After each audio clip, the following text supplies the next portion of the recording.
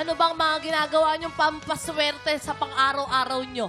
Well, ako agree ako sa sinasabi ni Herlin na kapag ka nanlilibre, siniswerte. Ayun, kapag ka, napapansin ko pag nililibre ko yung mga kaibigan ko or someone else, may mga pumapasok na blessings ka agad. Lilibre daw tayo ni Jan Ponce!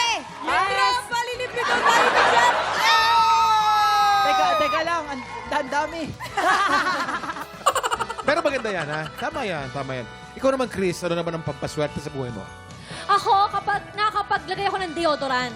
Ay! Oo, kasi kapag wala, dahil buong araw, mamasa-masa. Ay! Kaya yun ang pampaswerte. Malas pala pag mamasa-masa, yung kilikili. Yung kilikili.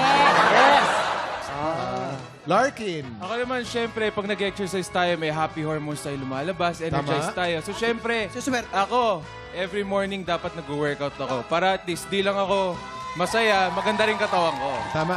fresh Pareho mo, tayo. Larkin. Pheromones. Pheromones. Nakakaganda ng mood talaga pag nag-exercise sa umaga. Totoo.